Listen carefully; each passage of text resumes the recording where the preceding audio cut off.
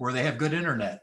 Tonight, we're going to do something a little bit different. We will have a combination of recorded and live. So we'll see how that works, especially the handoffs.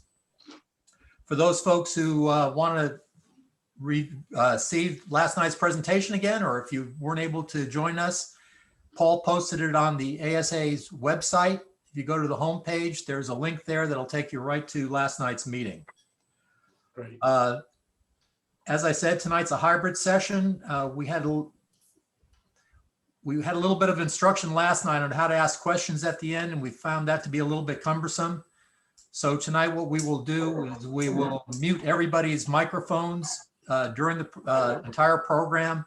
When we get down to the end of Dr. Creech's presentation, we will unmute everybody and we can ask questions at that time. So we'll go ahead and get started. This is our banquet. Paul, I want to remind you to start recording and to shut off your microphone. I've started the recording and I'm going to mute. And I'm Okay. Let's get started. Barbara's not muted.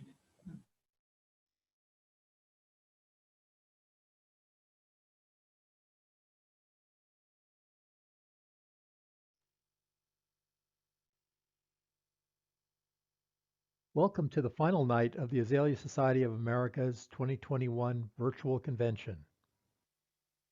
I'm Rick Bauer, the outgoing president of the Society. I hope that you have enjoyed the program and the garden videos so far. Tonight we will be conducting a program similar to what we would have at our Society banquets if we were meeting in person. I invite you to enjoy a beverage of your choice as we go through tonight's program. We will be announcing the award for the best article in the Azalean. We will announce the awarding of the Distinguished Service Award to 4 of our Society members.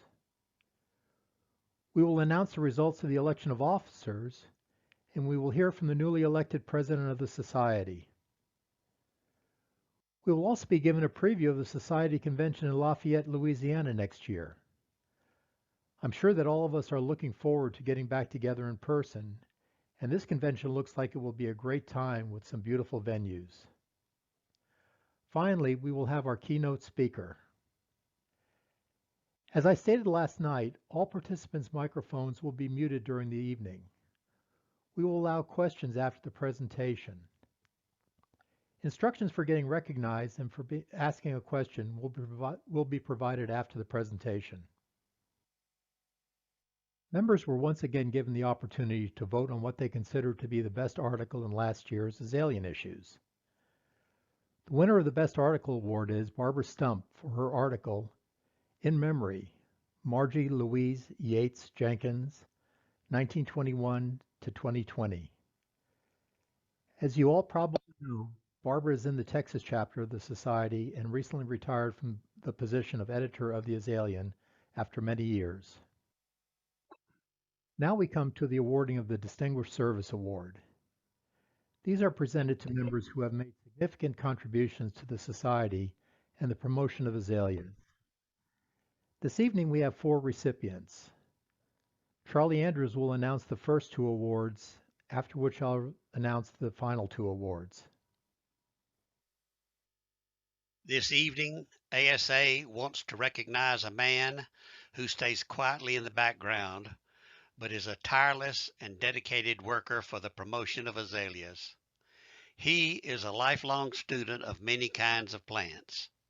For the Azalea Society of America, he has led our Azalea Research Fund for many years, encouraging study into this beautiful but complex group of plants. Hale Booth, we recognize you for your distinguished service of leadership guiding the Azalea Research Fund. Our congratulations. Next, we have an active member of the Society for over 20 years who has contributed in so many ways.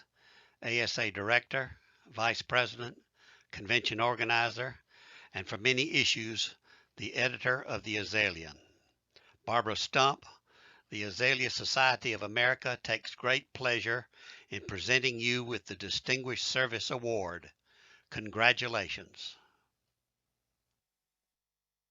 The Society presents the Distinguished Service Award to Aaron Cook. I have known Aaron for over 10 years. My first contact with him was when I first became a member of the Board of Directors and Aaron was Society President. This was a period when the mature azaleas at the National Arboretum were being threatened with removal by some short-sighted members of the Arboretum staff. Aaron spearheaded the effort to save the azaleas and was successful in that regard. Aaron has also served in other roles in the Society. Those of us who have attended recent conventions sponsored by the VACI chapter will recognize Aaron as one of the balls of energy keeping everything moving smoothly during the convention. Aaron also served as Society Vice President and is currently the President of the VACI chapter. While serving as Society President, I've learned who I can count on when assistance is needed, and Aaron is one of the folks I could call upon. I appreciate the support he has given. He is truly deserving of this award. The Society also takes great pleasure in presenting the Distinguished Service Award to Pam Fitch. I first met Pam at the 2009 convention in Herndon, sponsored by the Northern Virginia chapter. I had just finished giving a talk on the Holly Springs and Stewart azaleas when Pam came up to me and introduced herself as the editor of the Azalean.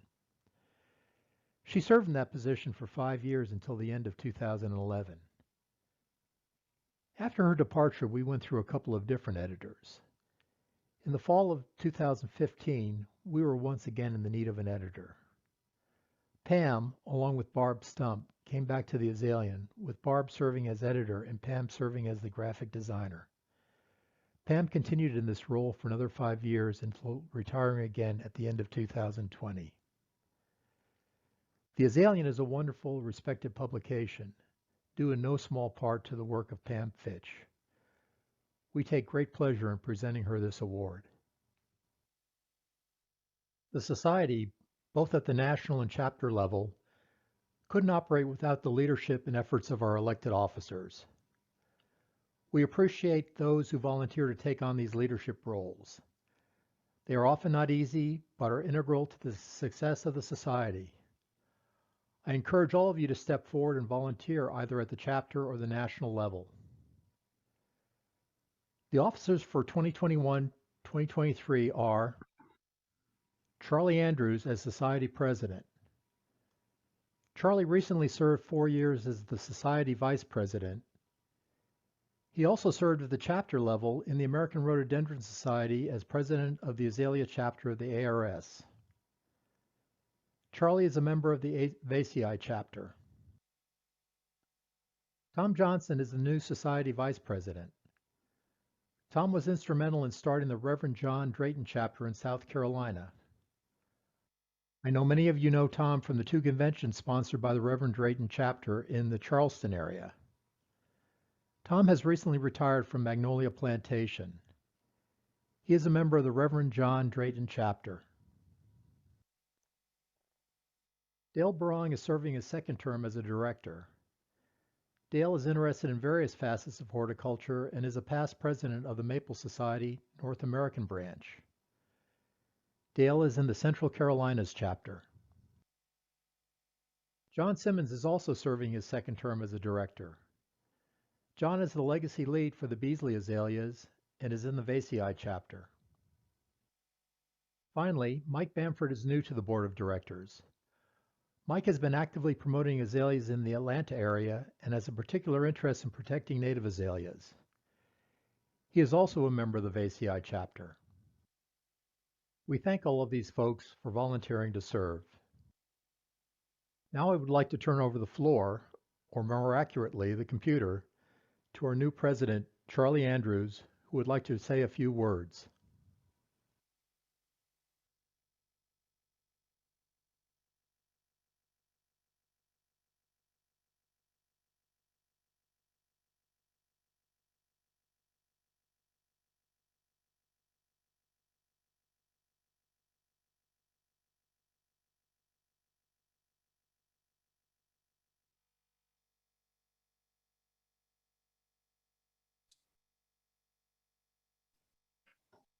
Now, can you hear me? I think you can. I see some thumbs up. Thank you. I'm honored to be associated with an organization that promotes azaleas. It's been my fortunate pleasure to follow Rick Bauer as president. Rick has all the characteristics of a good leader. He knows that we are a voluntary organization and not a business organization or a military organization. Here one must lead, not order others around. Rick was an active society president with personality and charisma. He was full of ideas and helped our organization succeed and grow.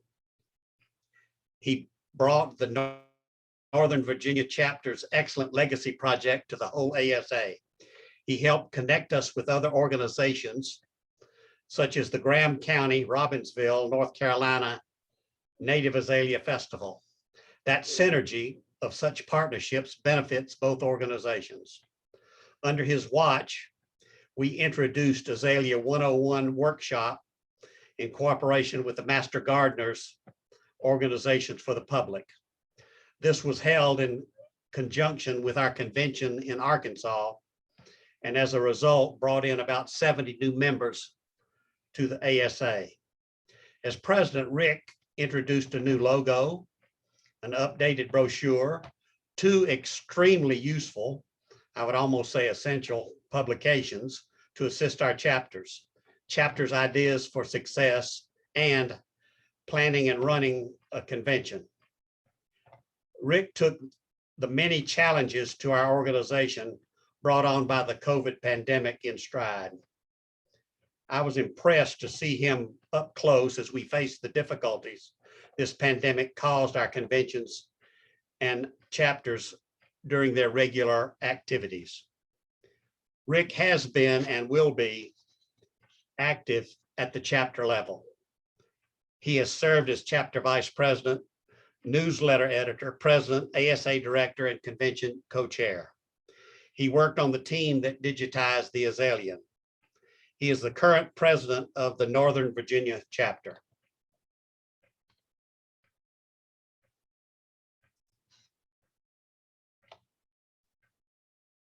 For this, Rick, I and the whole organization thank you.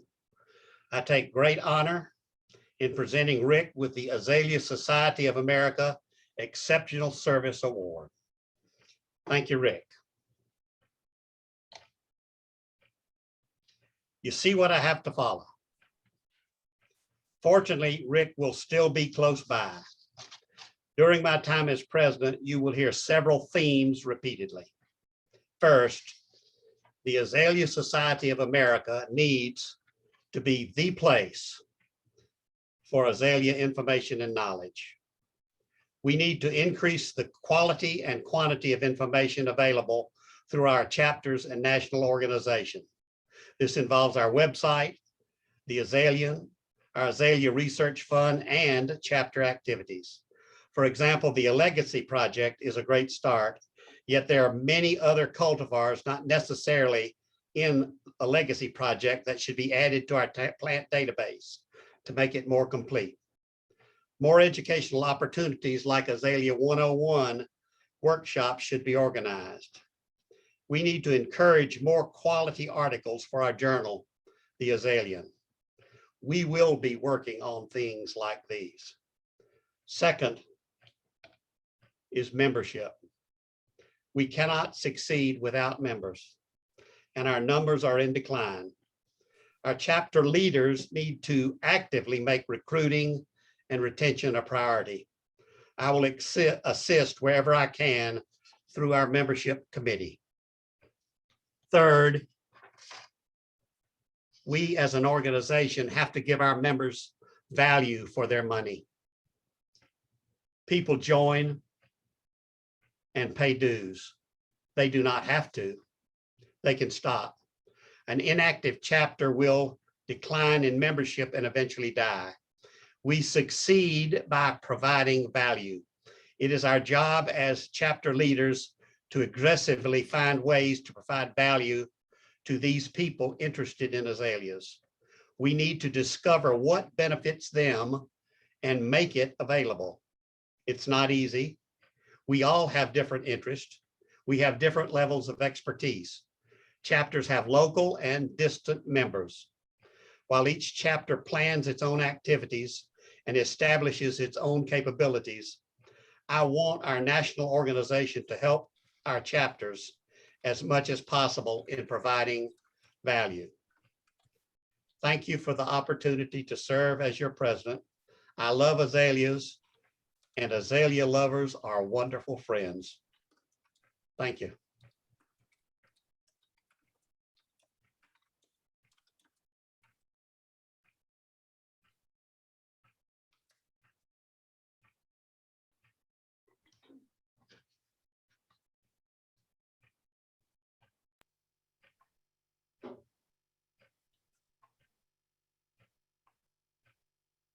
And now Denise Lonclos of the Louisiana chapter will give us a preview of next year's convention in Lafayette, Louisiana.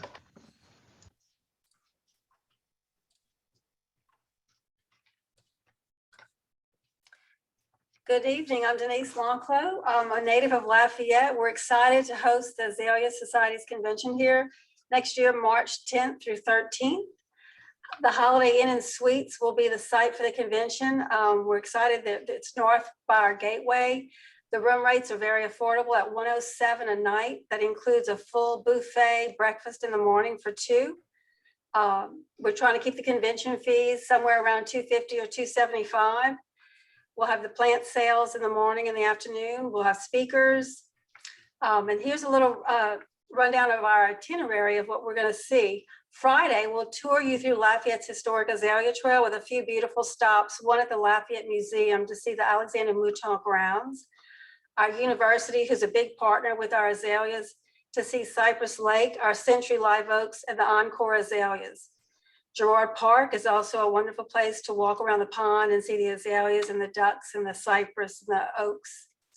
We will also tour Monca Central Park, the entrance there, and All Seasons Nursery, with a finale in the afternoon for tea and biscuits at the Good Hope Hall. It's a historic district called Freetown that we're doing a special promotion there this year to put more azaleas in that area. And we'll bring you back to the hotel for 3:30, 4 o'clock in the afternoon. On Saturday, one of the highlights of this year's convention is going out to the Rip Van Winkle Gardens and Jungle Gardens. They're out on Jefferson Island and Avery Island, about a 30-minute drive from Lafayette. Jefferson Island is a historic place with beautiful grounds and peacocks and a cafe and a gift shop. Jungle Gardens is another historic, beautiful place. They have the Marsh House, which is a historic resident, a house there that's only open for private events. They are going to offer that place to us at no charge to have a beautiful lunch there on Saturday, and we'll tour Jungle Gardens. It's on the property of the Tabasco McElhenney Companies, Tabasco hot sauces. There's a museum and gift shop there and factory tours as well. We may not have time for all that, but we definitely will do Jungle Gardens there. Sunday is an add-on day at our Vermilionville Living History and Folklife Park. It's an actual village depicting Lafayette in the early days with our original historic houses, artisans, a restaurant, a dance hall, and the Jean Lafitte Museum next door. And that's an add-on day on Sunday. We encourage you to make time to see that. Lafayette's being featured now on Facebook. We launched a Facebook this year for our Azalea Trail. Our Azalea Trail is over 80 years old, and we think it's the prettiest driving trail in America. It's about 25 miles long, and in the 1930s, the residents in Elmhurst Historic District began a beautification project using azaleas. And as the city grew and we developed a university, we have legacy families like the Moutons and the Bendells, the Hymans, that had huge nurseries that beautified Lafayette as the city grew. We have done extensive revitalization along Lafayette's trail the last 7 years by planting over 1,500 azaleas. The campus has planted over 375. So follow us on Facebook. We'll be featuring some historic newspaper articles and brochures also going back to the 40s this year, leading up to the convention, so we can educate the younger generation about the history of Lafayette's Azalea Trail. So I'm going to go through the slideshow now, and these are beautiful pictures, but a prolific year this year with some beautiful flowers. So here we go.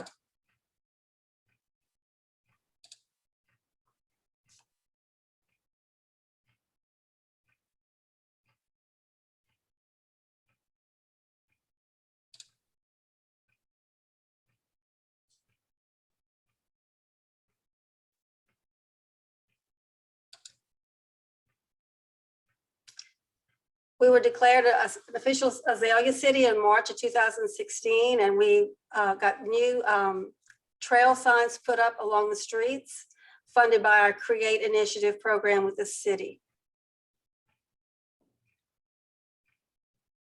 And this is our gateway, our visitor center. The lavender, Southern Indica Formosa, was designated the General Lafayette in the 1930s by our mayor. He designated this our official city flower, and he named it the General Lafayette in honor of Marquis de Lafayette.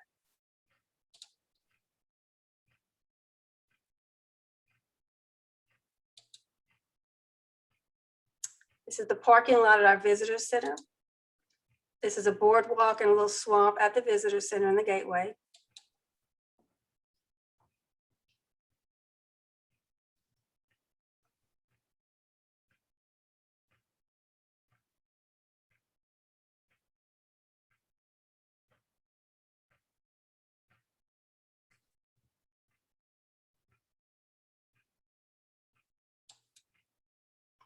These are pictures of Elmhurst Street in the 1930s, where the Azalea Trail began.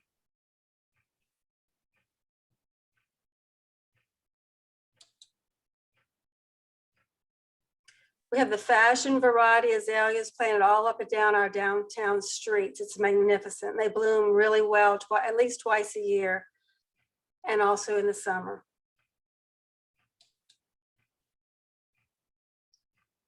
A few pictures of downtown district here.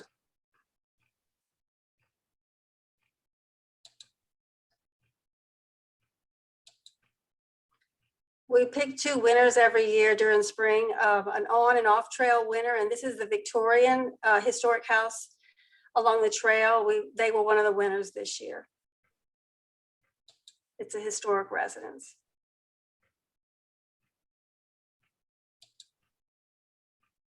A lot of these houses are of the National Historic Register that are on the trail.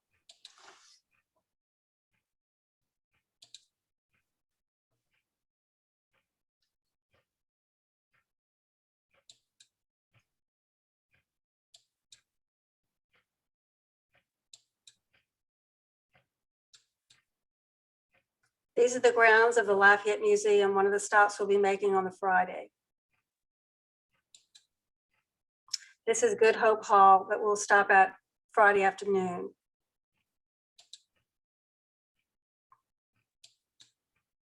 This is St. Mary Boulevard in our Oak Lawn Garden District.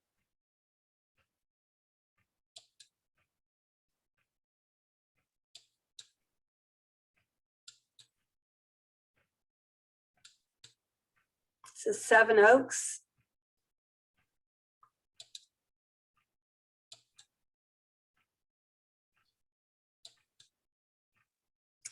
This is our University Campus District.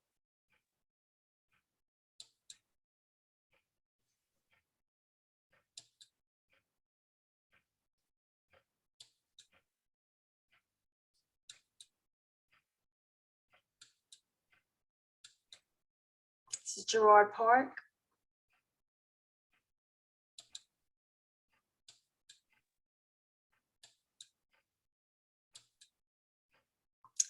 The Oil Center is another cultural historic district. We did a $50,000 project there a couple of years ago and revitalized Coolidge Boulevard. This was the epicenter of Mr. Hyman's nurseries back in the 40s and 50s. He developed this area, and he eventually called it $1 Million Mile. We planted a lot of azaleas and some more crepe myrtles up and down this boulevard. We got a grant from the Atchafalaya National Heritage also for this project. This is historic Mouton Gardens. It's a showcase of our city flowers, the lavender formosas. And this is an old postcard depicting what the grounds looked like in the 30s and 40s. They are restoring some of these benches and bringing them back, and we're going to be trying to restore this fountain, which is buried underground right now. And this is a picture of it today. It's really beautiful. This is Lafayette's first development. It was in 1920, a Tudor neighborhood with some historic homes. And this is Bendale Gardens.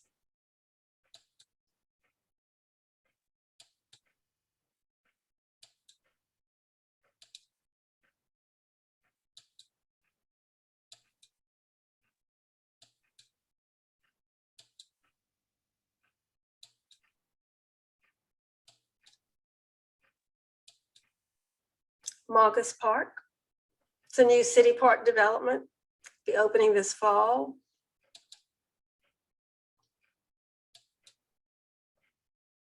So we're looking forward to showing you Lafayette's historic azalea trail. We're celebrating it as a floral Mardi Gras. We have camellias and azaleas and Japanese magnolias blooming all at the same time. And in the 1930s, that's how they celebrated Mardi Gras. They decorated their buggies and their floats with flowers. So we'll be bringing all that history back. We look forward to having you here. And here's a little introduction with our theme. Le Sentier et le Jardin historique des Azalées de Lafayette, un Mardi Gras de fleurs. Lafayette's historic Azalea Trail and Gardens, a floral Mardi Gras. We're on the grounds of Seven Oaks along St. Mary Boulevard of the Azalea Trail in Lafayette, Louisiana. It's a wonderland of azaleas.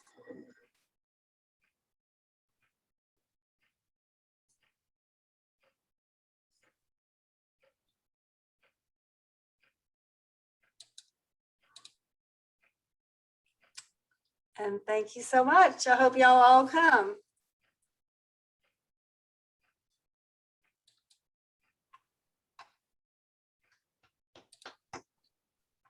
Thank you.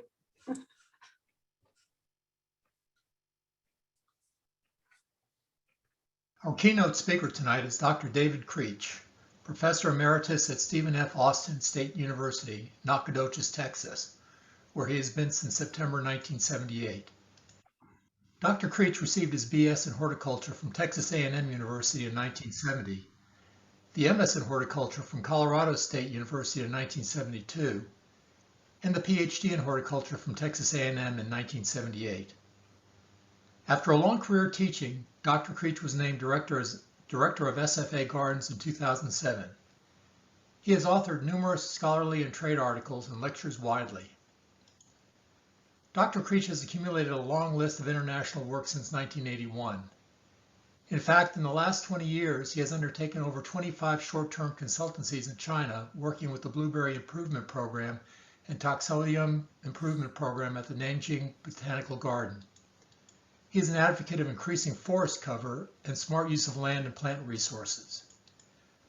Dr. Creech has been the president of multiple societies, including the Native Plant Society of Texas, the Southern Region American Society of Horticulture Science, the Texas Association of Botanical Gardens and Arboritas, the president of the International Plant Propagation Society Southern Region. He signs all of his correspondence, "Let's Keep Planting." We welcome Dr. Creech as he presents SFA's Azalea Gardens, past, present, and future.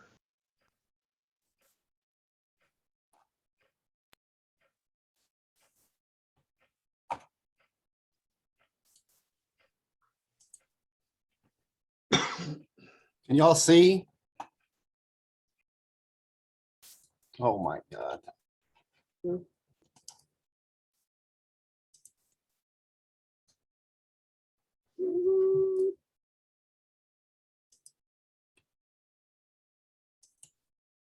Can y'all see this screen? Oh my, Well, you're muted. remember? no, I unmuted. Can see your screen.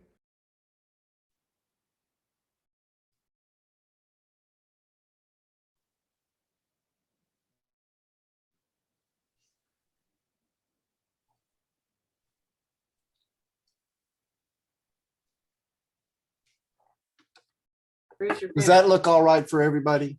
We're all muted, so Yes. Raise your hand if it's okay. Looks good. Can you hear me, Alan? Gotcha. Okay, well, we're on. Thank y'all.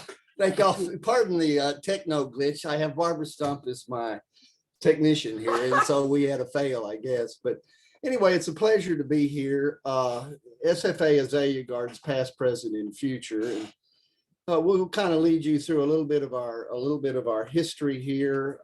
I wish we were in person. I'm not crazy about Zoom, but it's the way things are lately. I'm in Nacogdoches, Texas. That's in Deep East Texas, Piney Woods. We're kind of acid soil, zone 8. Normally get about 48 inches a year. It's been a little different lately. Since 1985, we've grown to about 128 acres. It started at the Arboretum, the Mast Arboretum, named in 97, but we went 12 years as at 90, just calling it the Arboretum. Ruby Mize and the Piney Woods Native Plant Center came along around 1998, 99, and the Gala Mize Garden is our newest addition, which began in 2010. We have had a lot of changes in our protocols and in our strategies, and what was once 10 staff members is now 8. And we have suffered because of a lot of what everyone else has suffered through. So this history kind of lays it out when we started in 1985 and SFA Arboretum, and then we were named the Mast Arboretum with an endowment by the Mast family in town. Ruby Mize Garden was a gift of Dottie Wisely, her endowment. Piney Woods Native Plant Center came on board in 1999, a wonderful resource, 42 acres. And 2010 to the present, we've been running a new garden across the street, across University Drive. That's the Gala Mize Garden. So that little area there on the left was where we started. It was around the agriculture building. It was on the west side of this Lanana Creek that courses through our campus. And so that's 30, good grief, I'm old. That's 30 some odd years ago. And these are our happy students at the beginning of the Arboretum when they were so excited, and we were putting all kinds of shrubs and trees in rows, and we had our share. Alan, you'd like this. We had 36 petunia varieties just rocking and rolling there. It was a color explosion there. And from that little tiny start, we were able to expand a little bit. There's another shot of those petunias. We can grow petunias, that's for sure. And that's back when I was a little thinner and younger and maybe a little more optimistic. This in 1998, we invaded the bottom, which was a miracle. The university bottom land, which is basically next to Lanana Creek, and it was about 8 acres. And we were really lucky to be able to get this property, and we soon occupied it. That's actually Mark Bronstadt when he was a student of mine. He's at Doremus Nursery.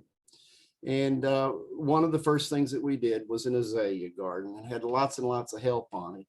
It didn't take long to realize that Japanese maples and azaleas are fine companion plants, and the garden did grow. It was a nice fertile bottomland, and we had good irrigation through there. I like irrigation. I always refer to these as the good old days because there was no staff, there was no board of advisors, no volunteers, no budget, no trucks, tractors, or gators. There was really no expectations, and the university administration didn't have us on their radar. So it was no attention at that time. But with that garden's popularity came a little success. We ended up getting some structures. We ended up getting some notoriety. We put a little nice gazebo. Children's garden pavilion came across. And lo and behold, 10 years, 12 years later, we ran into a spate of good fortune. And across Lanana Creek was a piece of property that we were able to get with 8 acres with Dottie Wisely. And basically, Dottie Wisely was the benefactor for this garden. She brought something to the table the university was interested in, and that was some funding. And she was so sweet. And basically, Barbara Stump, who was a graduate student at the time, turned her thesis from the design of an azalea garden to the design and build of an azalea garden. So she never left after that for some reason. She stayed another 20 years. And we began the Ruby M. Mize because we're cowboys and we needed some berms and we needed this. And we got a great donation of Sandy loam from a local contractor, and Barbara worked her magic and she did the design of the beds. And basically, there's a lot of difference between Barbara and I's design. I'm into drifts of one plant, and she likes sweeps of this and that and color combinations. But these were all wonderfully given to us by a wide range of folks. Plus, we did purchase a few.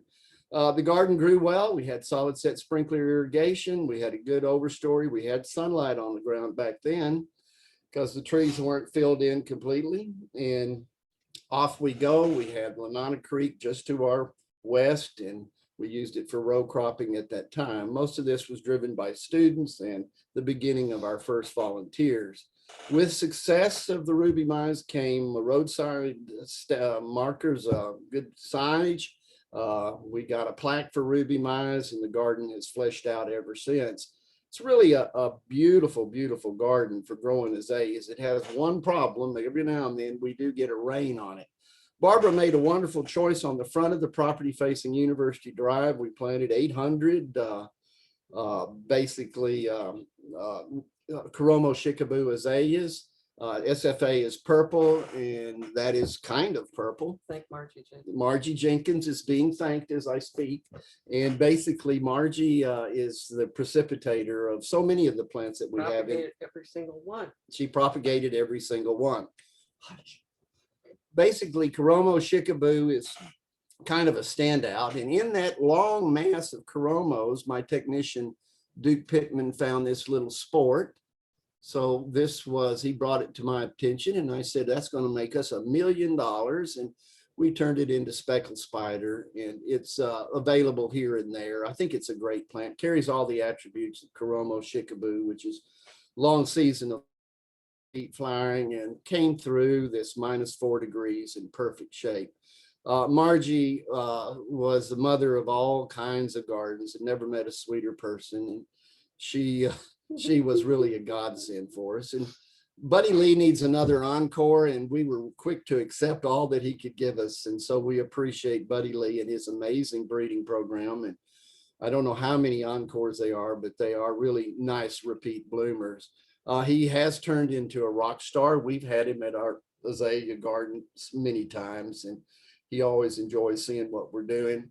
Folks like Martin Vander Giesen in Mobile, Alabama. Bobby Green, I took that off the web of Bobby. Bobby has helped us out so much in the Mobile area with all kinds of genetics, not just azaleas, but many of the companion plants. And then my good friend Alan Owings is out there giving me advice on hydrangea paniculata and azaleas. And somebody needs to iron my shirt there. That's bad. But basically, folks like Mike Durr and Bob McCartney in the lower right, and Sherwood Aiken, who has passed at Sibley, Louisiana, all of these folks had their hands into sharing plant material, and that's what it's all about. That's what we do. Bart Brechter down at the Bayou Bend has been a real good friend of this garden as well. And then my mother, she was the primary advisor to everything I've ever done, and except for my wife, who found the fragrance of our deciduous azalea world to her liking. Again, I lean towards one of this. I'm a little bit of a collector like postage stamps, and so I kind of like one of this and one of that, and don't want to pay too much attention to how one color goes off another. And Barbara is definitely into sweeps, and so that was one of the things we were always doing. I was always sticking a tree or something in the middle of her drift of whatever variety of azalea it happened to be. But the bottom line is we were interested in genetics. And so we have a pretty good collection of the Wong series. And we like these repeat bloomers. They're a little later than our normal azaleas. And they've done real well over 20 some odd years. In fact, one of them we named, if I remember, my Dottie's Red Slippers, because some of these, I think I don't know what the status of all the Wangs are, but there sure were a lot of them. And we feel blessed that we've gotten some of them. Very, very heat tolerant for the Texas conditions that we have. Our garden has been popular for weddings and photography and the garden tour world. I think one year, just a few years ago, just 60 some odd bus loads of folks that come through. And There's Barb on the far right. And she's probably led hundreds of tours through our collections.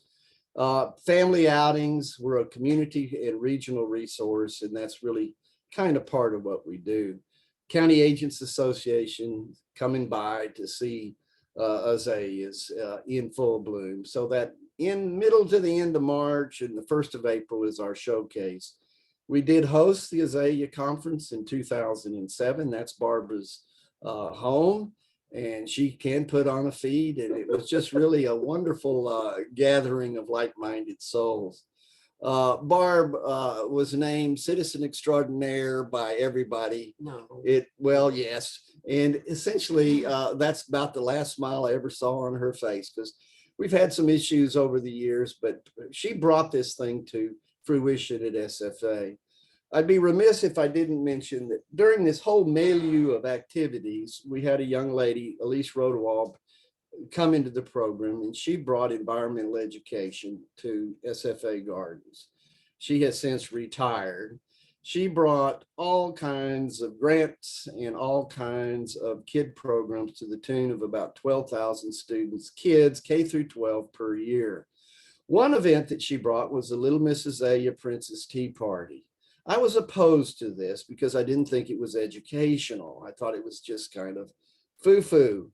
And this tea party became so popular over all the years that they ended up having 2 or 3 of them during that spring show. And I became more favorable when I learned that the president of the university's granddaughter was attending this particular event. And I said, this is a brilliant idea.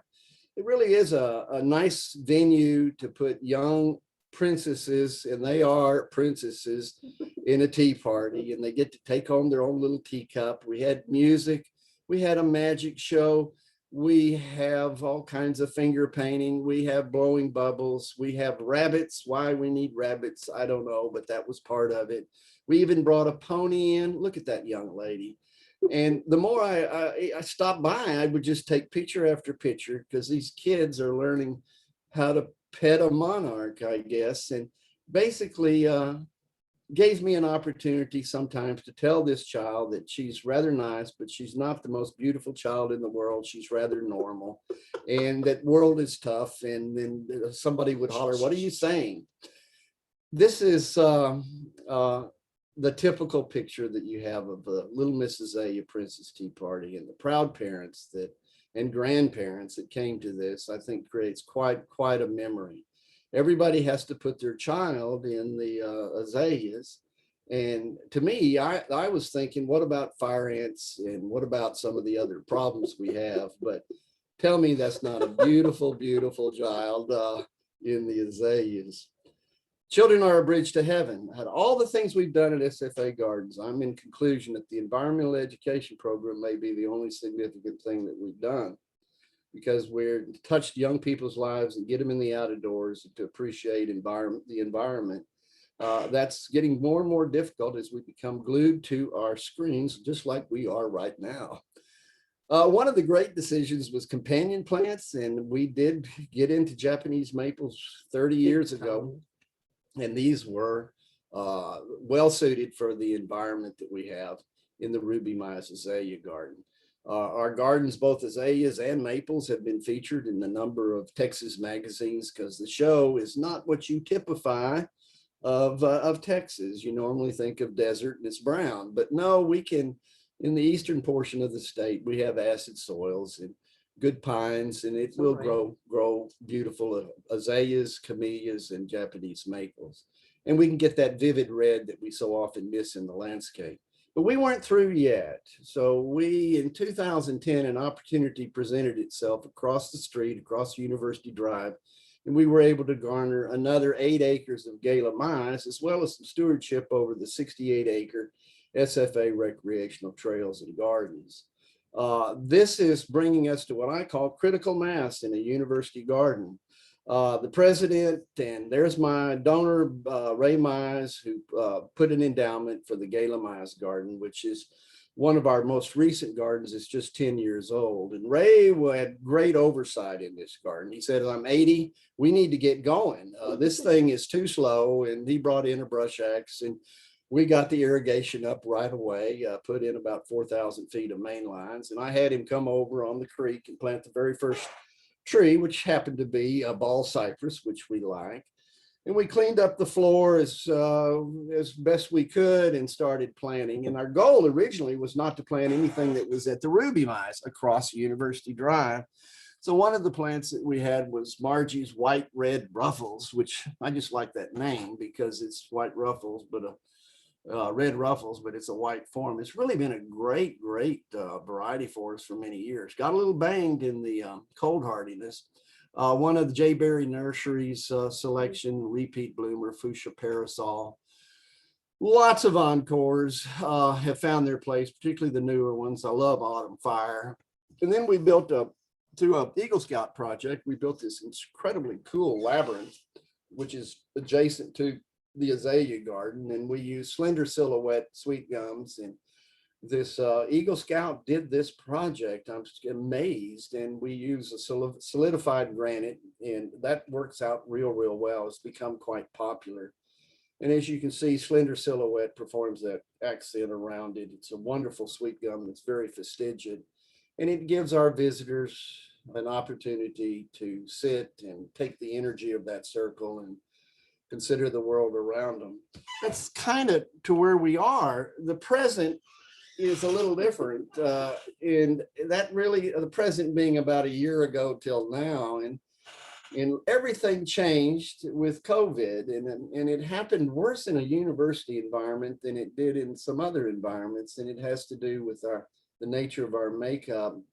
But COVID struck pretty rough, and we've had weather woes along the way. The most recent, some of you've read about, was in the middle of February, where we ended up at -3, -6, -4, depending on who read the thermometer, and 8 inches of snow and a heavy ice load. And this is actually my home.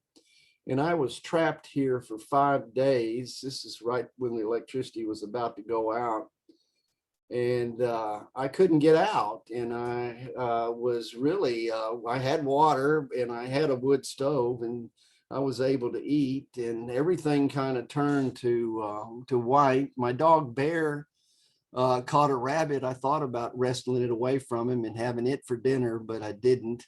It was just really a very rare and remarkable experience to see this happen in East Texas. I think to appreciate it is that we had 1983, 89, and 2021 are what we call the bell ringers, the real knockouts in the cold events. And if you look at 83 and 89, both of those were in December, kind of the end of December.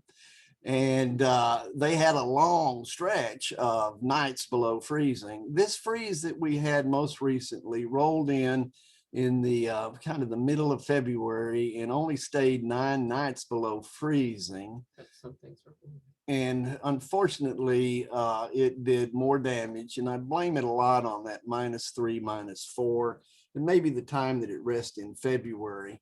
That's an extremely low all-time record temperature for Nacogdoches, Texas. We have locations in East Texas that went to -6 and made a mess of the campus and froze our greenhouse, and we lost a lot of plant material. When you see Chinese lace barks that are cracking open like this, that's kind of impressive. And we have a lot of that through a wide range of Asian species.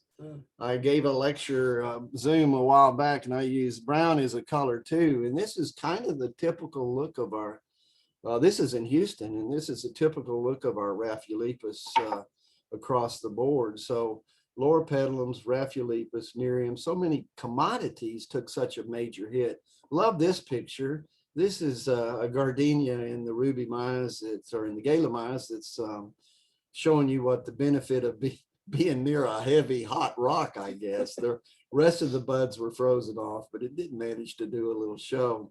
With ice comes damage. With damage comes trees have to come down. And we hired it was all over campus as well. So we lost 100 plus trees in the gardens that were just deemed dangerous. And we had a team from Houston come and drop them. And then my staff, my crew, basically did the debris removal. So they penciled in knocking them down on the ground, but the FEMA grant did not cover us removing them. So these young men have worked every day for 2 months, One more. and Oh, maybe not. it worked every day for several months trying to get the debris out of here, and they're tired of it. Basically, amazing amount of debris.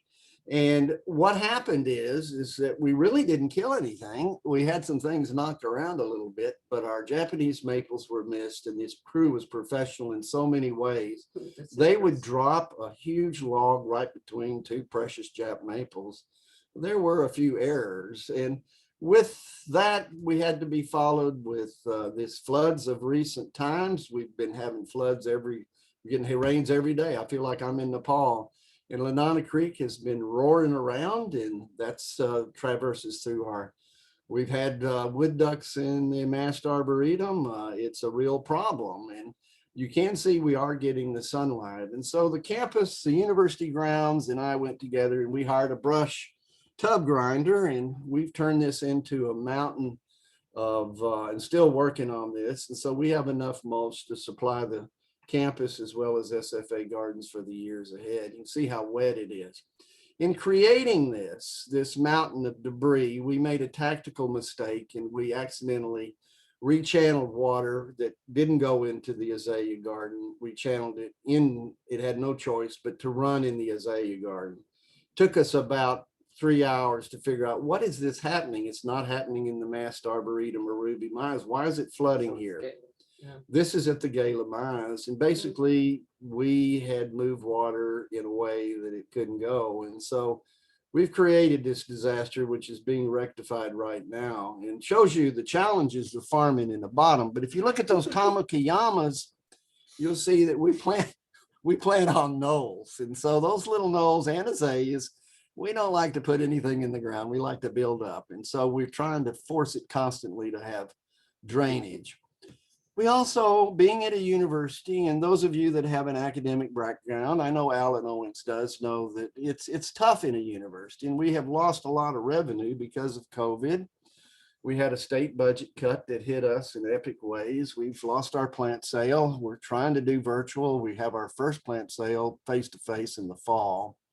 We do virtual, and Dawn's done a masterful job of it. We've lost our rentals on the building, the conservation edge. We've lost our events. Nobody's getting married here.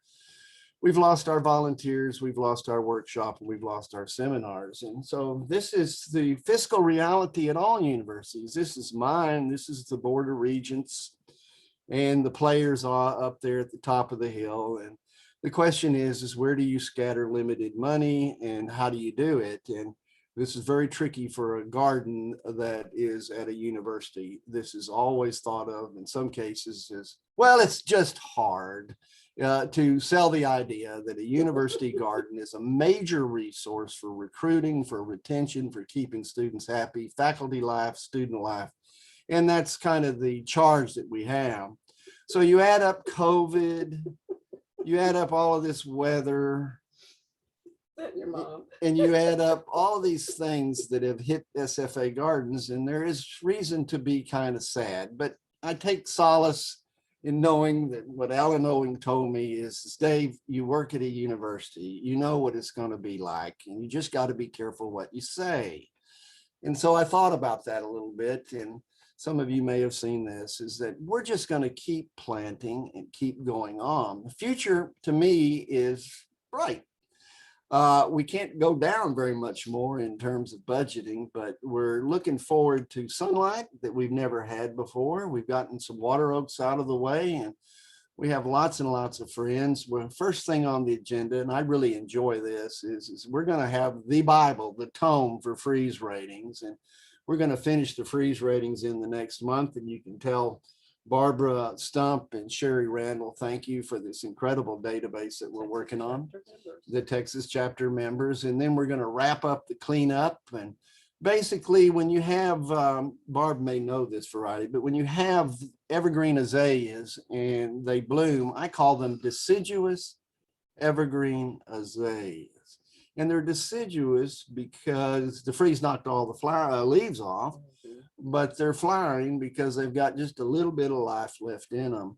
So all of these right now have been, we've got the data and we've cut them back to the ground and are forcing a new plant. And yep, not quite to the ground.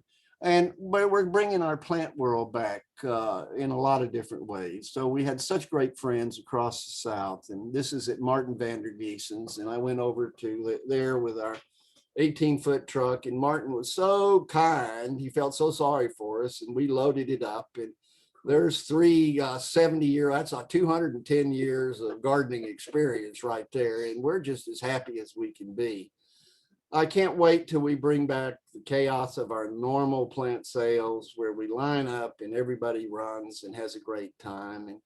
And there's nothing like face-to-face.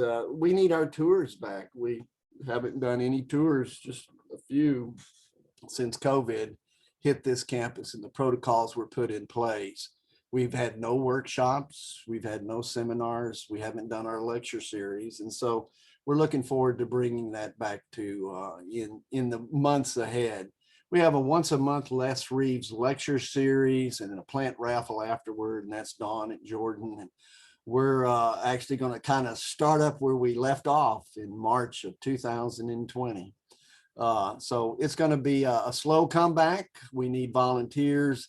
The biggest kick that we're facing right now is how do we get this position filled? The environmental education program is for naught. It doesn't exist, and we're already getting calls. And so we're working on the justification to get this position filled for the university, because we're here to educate, entertain, and enlighten. And having 12,000 of these young kids come through with their teachers, we think is a very, very valuable experience. And it's one that we should all support at all of the institutions of higher learning that embrace this idea.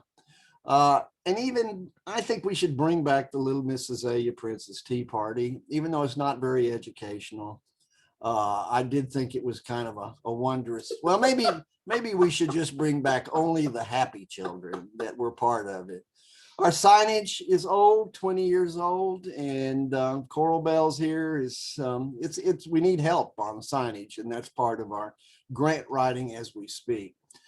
Personally, for the garden direction in azaleas, I think we need to focus on the native genetics. They were totally bulletproof. I think this is Four Kings, one of our deciduous azaleas, and I've been getting ready for this talk and looking through my images. It's kind of amazes me how many deciduous azaleas that we do have and how much opportunity there is to promote the species, whether it's our various Astrinums or the Romy hybrids or our Canescens. There's just a lot out here. And so my goal is simple. I'd like to have one of the best deciduous azalea collections in the South. And we do have the resources, the infrastructure, the irrigation is all there. And they love our high canopy pine.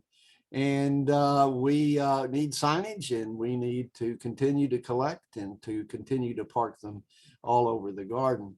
One that has emerged slowly, primarily because I just didn't jump on it, is we can grow true rhodies. It's all about drainage. And John Thornton kind of got me started on this, but we've added to it over the years. And we think the true rhododendrons are have real opportunity, other than the fact that they're pretty darn slow.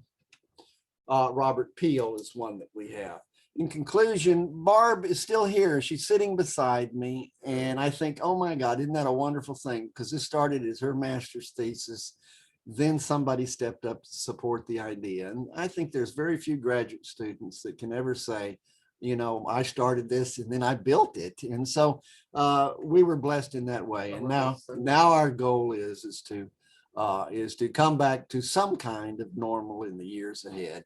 Thank you very much for your time.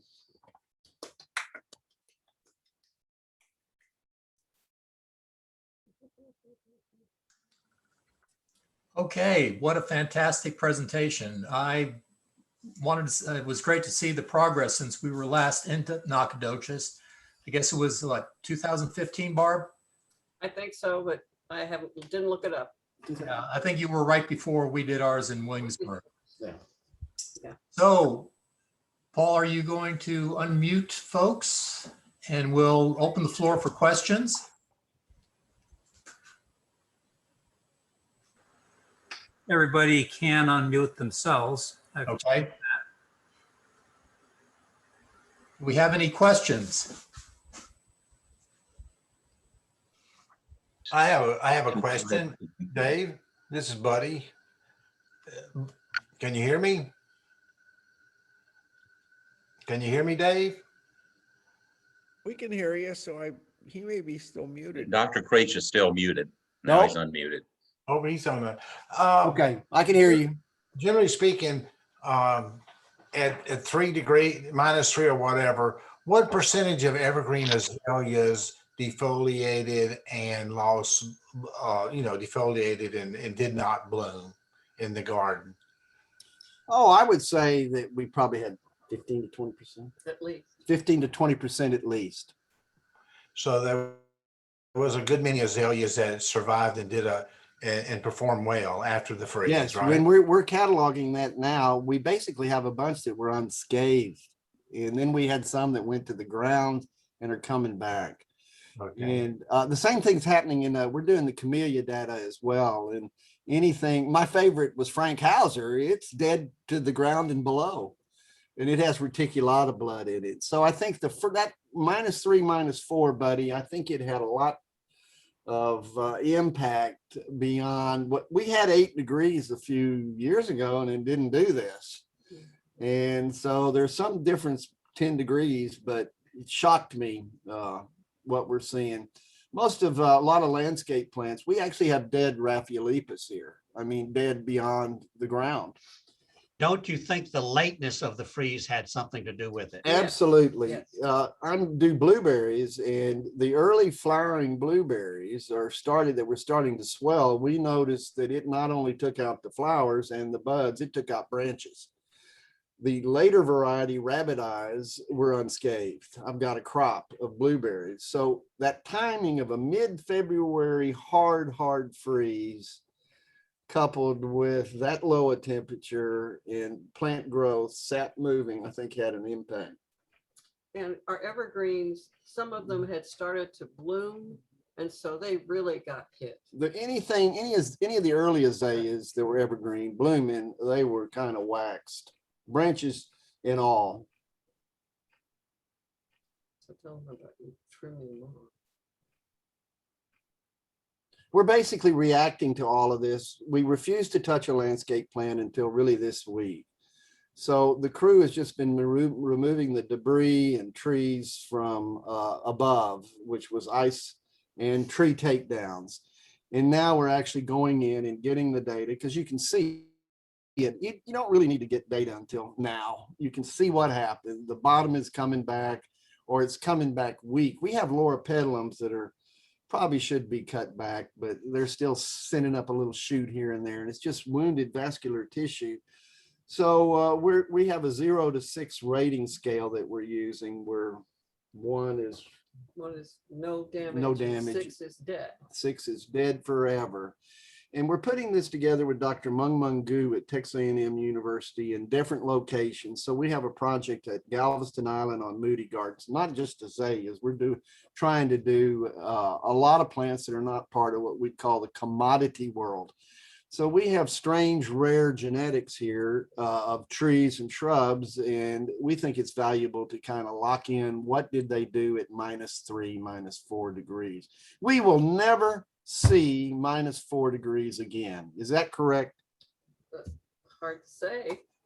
I wouldn't say that. You shouldn't have said that.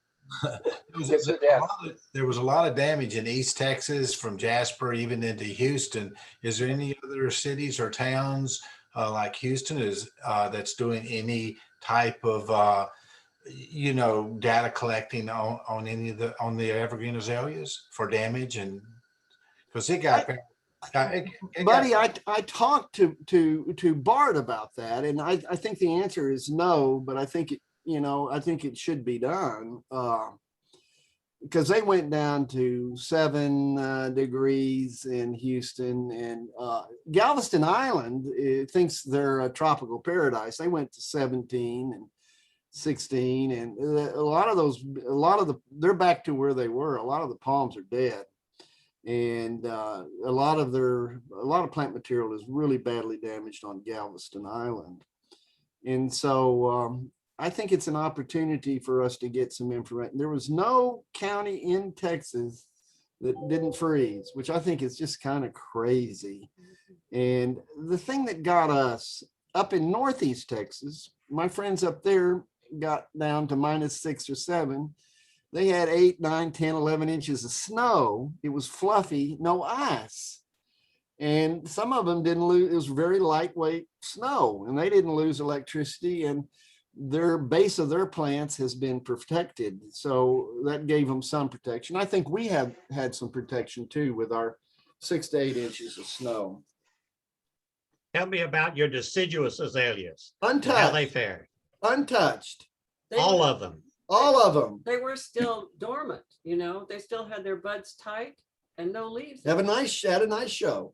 Perfect. So it makes me appreciate them even more.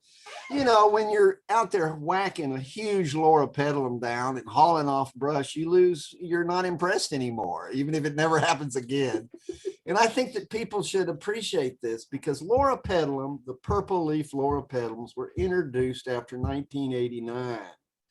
And that purple leaf came in the early 90s, and everybody loves it, and nobody loves it right now because it's a mess. We got down to 16 here in Lafayette one night. We had a few days of really cold weather, and we had a prolific bloom this year. The camellias were blooming already, and the Japanese, some of them had already started, but the azaleas put on a flower power show, and the Japanese magnolias and camellias were still blooming all the way into the end of March. That was really amazing. Yeah, but that's just a mild summer day compared to -4. Yeah, we had a lot of ice though, you know, like the snow, the difference between the snow and the ice, I think makes a big difference. It We have a does. lot of ice down here, and that's worse, you know, Yeah. it's so Are heavy. y'all underwater there now? Well, we've had some flooding. It's worse actually in some areas than 2016, but they've dedicated close to $30 million now to start dredging the river and doing some serious drainage work. So fingers crossed for next year. Yes, I'm hoping we have a pretty year next year. So do we have any other questions, comments? I have a question. Diane Marcus, my hand's up. Mhm. Dr. Creech, you are a stitch. What? I'll be laughing for another few hours. Oh, stop that. But I my, was trying to be serious. That's his trademark. yeah, like when you said, why do we need rabbits? I don't know. I don't know. Well, actually, it is one of my favorite events now, so I was wrong. Precious. But anyway, my question is, you were talking about something and you said we used it for row cropping. I don't, what is row cropping? Oh my God, I'm so old. Farming. What? Just farming. We use tractors. When I was teaching, we had a cub. We would farm broccoli, corn, pumpkins, melons, and we would teach students the art of vegetable production as if you had a 5 or 10 acre farm. And everybody had to ride on the cub tractor and cultivate and sweeps and add fertilizer. You know, there's a lot of things you can do on a little tractor. And so we're in a bottom, and our ancestors would go to a bottom to farm when they were in East Texas because it's the most fertile. It's down near the creek. You have better water holding capacity. So we had great gardens in this bottom. Every now and then we'll get a flood and it makes a mess, but row cropping, farming is not often taught in academia anymore. It's more of, we have a different strategy with the students of the day. I have very, very few students that are actually interested in farming, whether it's a fruit orchard or whether it's a vegetable farm where you do diversified vegetables for local markets or try to grow 200 acres of melons. I come out of a farming background. So I believe in scale. How big can you be? How many broccoli plants can you put on an acre? And you can put 14,000 on an acre and you can make there's money in this. I mean, people pay good money for vegetables and fruit, and we just don't have enough local grown. but it's not very popular. And Alan and all the academics talk about this, that we don't have students that want to go out and farm. They're more interested, I'd say, in the home horticulture. It's kind of a lifestyle horticulture. It's going to be the nursery industry or the landscape industry. It's a tricky time in academia for all of us because horticulture is not as popular as it used to be. And declining enrollments in horticulture have been with us for a good number of years. And it has a lot to do with starting salaries, and this is of concern to all of us, and exactly what kind of a product are we putting out of these four-year institutions. So I was a row cropper is what it means. I grew up in Tyler. And I just I was in Houston for 3 days, but I didn't make it to Bio Bend.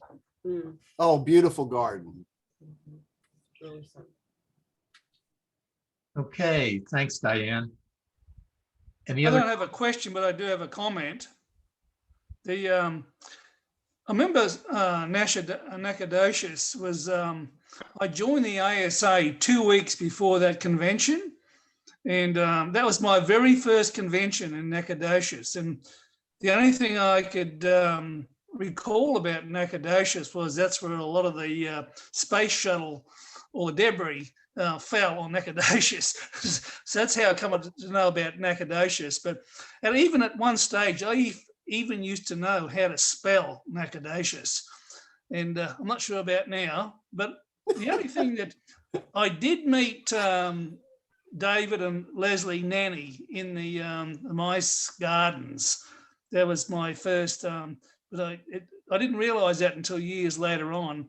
But really the only memory I have of that convention is I visited Barbara Stump's house in her garden, and she had a longleaf pine there, and I was intrigued with it. And so Barbara, with all this freezing and all this ice, is that longleaf pine still alive?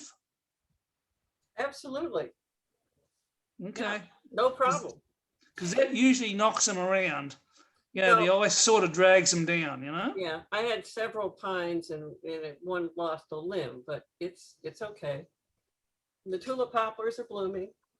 So when we had the ice storm, a lot of our pines had major blowout with ice on the top of them. And the FEMA team, the arborists and the foresters said, they're so old and they're so damaged, you're going to have to take it out. It's going to go out anyway in just a few years. And so that was the shock. We knew we had problems. We just thought that it wasn't going to be as significant, but they took down dozens and dozens of big trees, and really kind of epic in terms of how much. In some ways, it's a rebirth. It's like the phoenix. I mean, we've got sunlight, and the Ruby Mize garden was getting darker and darker, and you know, it makes it tough on growing azaleas. So now God said, let there be sunlight. And so we have sunlight. That was the other thing that amazed me about East Texas was the amount of pine trees that East Texas had. I just did not realize that. And it's called something like a pine forest area or something, but I don't know. It was, that's our vegetation. Amazed. Our vegetational area is called the piney woods, and piney woods, yeah. And it's because we have the rainfall, and then you get less and less rainfall as you go west. But you're right. Everybody, when I say I'm from Texas, anywhere in the world, they always think I'm in West Texas and with a horse or something. In a desert.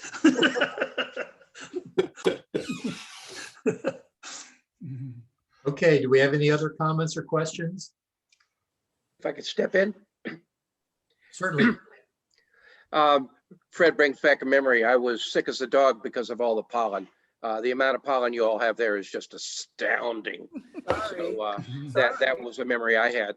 But for Buddy and what you were talking about, could our azalea cities be a source of a questionnaire or something about the damage down there? Because we have a lot of cities that have committed to azaleas that took the same weather that you did.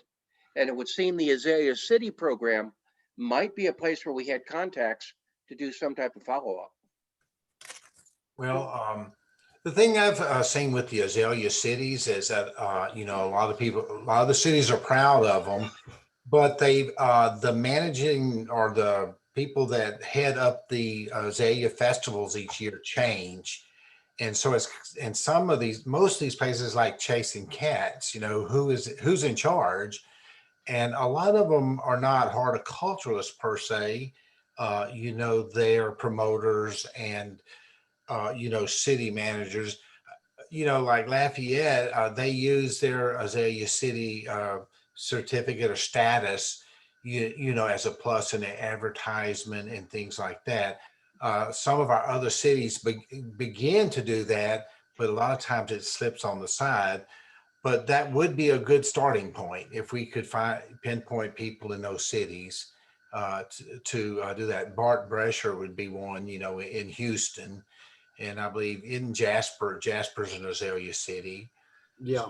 But that's a good. It's good. Buddy, I don't know if you know it, but Jasper just had the most epic flood you've ever seen. It really is amazing. They have cars in that Sandy Creek Park that were blown away. It's amazing. But I don't know if I answered your question. There seems like to be a lot of potential since we pinpointed the people in these cities that are really azalea enthusiasts and want to do stuff hard. You know, Barb can probably vouch for me. Sometimes it's very hard to stay in contact with whoever, you know, because the people that are in charge of these programs and azalea festivals change every year. It's from the council one year and master gardeners another year. So I don't know, maybe I just don't have the insight to, you know, corral that, but it seems like we got a lot of energy there. Well, there's some individuals in Tyler like Keith Hansen and Greg Grant, and there's a lot of enthusiasts that have that all in their head. But of course, if you don't put it down and get it coalesced, it gets lost. And that's kind of what Dr. Mung Mungu at A&M is trying to do. And she's actually hired a botanist, Adam Black, a friend of all of ours here in Texas. And so we're not just interested in how the commodities did, but we're interested in some of these obtruse species. And then it'd be great if we could kind of wade down into the genetics associated with azaleas, because there are night and day differences between how our azaleas took this hit. Here in Arkansas, we have seen a lot of damage to the twice bloomers, but also I don't think it's going to hurt the market because people are trying to replace the same plants that they lost. They still like that concept. That's correct. Actually, in Texas, the situation in the nursery industry is unbelievable. Basically, they can't move it out the gate fast enough. I think Alan can vouch for that, but it's really kind of amazing how many people are running to Home Depot, Walmart, and Lowe's to get plant material. And I think we're raiding Alabama and parts east. A lot of our Louisiana folks at Forest Hill got hit. And we had some real epic failures in the nursery industry here. And also we have had product go out the gate that may not have much of a root system. You know what I mean? Mm-hmm. Basically, it might have a top to it, but it's living on borrowed time. And it's so tempting to put it in front of a customer and get your dollar bills. And that's the quality of the product is of question in some cases. You must be talking about the big box stores. Not me. I don't slur anybody. I'm at a university. I got to be nice all the time. Yeah. Well, I'd like to make a few comments. First off, follow up on Fred's comment. I will have to admit that the slide tonight introducing Dr. Creech, I had Nacogdoches spelled incorrectly, but caught it before it got to the presentation tonight. I was really touched by the award. That was a total surprise. I'm not a plant person, but I'm becoming more of a plant person as each year goes by.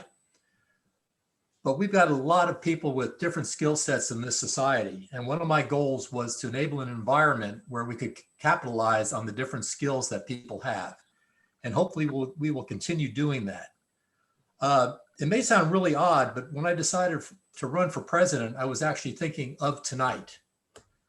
I wanted to be followed by a visionary.